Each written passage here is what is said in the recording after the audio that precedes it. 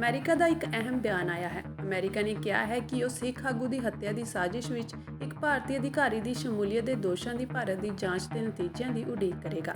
ਵਿਦੇਸ਼ ਵਿਭਾਗ ਦੇ ਬੁਲਾਰੇ ਮੈਥਿਊ ਮਿਲਰ ਨੇ ਮੰਗਲਵਾਰ ਨੂੰ ਆਪਣੀ ਰੋਜ਼ਾਨਾ ਪ੍ਰੈਸ ਕਾਨਫਰੰਸ ਵਿੱਚ ਪੱਤਰਕਾਰਾਂ ਨੂੰ ਇਹ ਜਾਣਕਾਰੀ ਦਿੱਤੀ।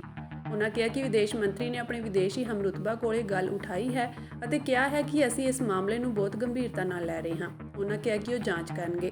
ਮਿਲਰ ਨੇ ਇੱਕ ਸਵਾਲ ਦੇ ਜਵਾਬ ਵਿੱਚ ਕਿਹਾ ਕਿ ਉਨ੍ਹਾਂ ਨੇ ਜਾਂਚ ਦੇ ਸਬੰਧ ਵਿੱਚ ਜਨਤਕ ਘੋਸ਼ਣਾਵਾਂ ਕੀਤੀਆਂ ਹਨ। ਹੁਣ ਅਸੀਂ ਜਾਂਚ ਦੇ ਨਤੀਜਿਆਂ ਦੀ ਉਡੀਕ ਕਰਾਂਗੇ। ਅਮਰੀਕਾ ਵਿੱਚ ਸੰਘੀ ਵਕੀਲਾਂ ਨੇ ਦੋਸ਼ ਲਾਇਆ ਹੈ ਕਿ ਇੱਕ ਭਾਰਤੀ ਨਾਗਰਿਕ ਨੇ ਅਮਰੀਕਾ ਵਿੱਚ ਸਿੱਖ ਆਗੂ ਗੁਰਪਤਵੰਤ ਸਿੰਘ ਪੰਨੂ ਦੀ ਹੱਤਿਆ ਦੀ ਸਾਜ਼ਿਸ਼ ਰਚੀ ਸੀ। ਸਰਕਾਰੀ ਵਕੀਲਾਂ ਨੇ ਇਹ ਵੀ ਦੋਸ਼ ਲਾਇਆ ਹੈ ਕਿ ਭਾਰਤੀ ਵਿਅਕਤੀ ਦੀ ਮੁਲਾਕਾਤ ਭਾਰਤੀ ਅਧਿਕਾਰੀ ਨਾਲ ਹੋਈ ਸੀ। ਇਸ ਦੇ ਨਾਲ ਹੀ ਭਾਰਤ ਨੇ ਅਮਰੀਕਾ ਵੱਲੋਂ ਇੱਕ ਭਾਰਤੀ ਅਧਿਕਾਰੀ ਨੂੰ ਅਮਰੀਕੀ ਧਰਤੀ ਤੇ ਸਿੱਖ ਆਗੂ ਨੂੰ ਮਾਰਨ ਦੀ ਸਾਜ਼ਿਸ਼ ਰਚਣ ਦੇ ਦੋਸ਼ੀ ਵਿਅਕਤੀ ਨਾਲ ਜੋੜਨ ਨੂੰ ਚਿੰਤਾ ਦਾ ਵਿਸ਼ਾ ਕਰਾਰ ਦਿੱਤਾ ਹੈ। ਵਿਦੇਸ਼ ਮੰਤਰਾਲੇ ਨੇ ਕਿਹਾ ਕਿ ਦੋਸ਼ਾਂ ਦੀ ਜਾਂਚ ਲਈ ਬਣਾਈ ਗਈ ਕਮੇਟੀ ਦੇ ਨਤੀਜਿਆਂ ਦੇ ਆਧਾਰ ਤੇ ਅਗਲੀ ਕਾਰਵਾਈ ਕੀਤੀ ਜਾਵੇਗੀ।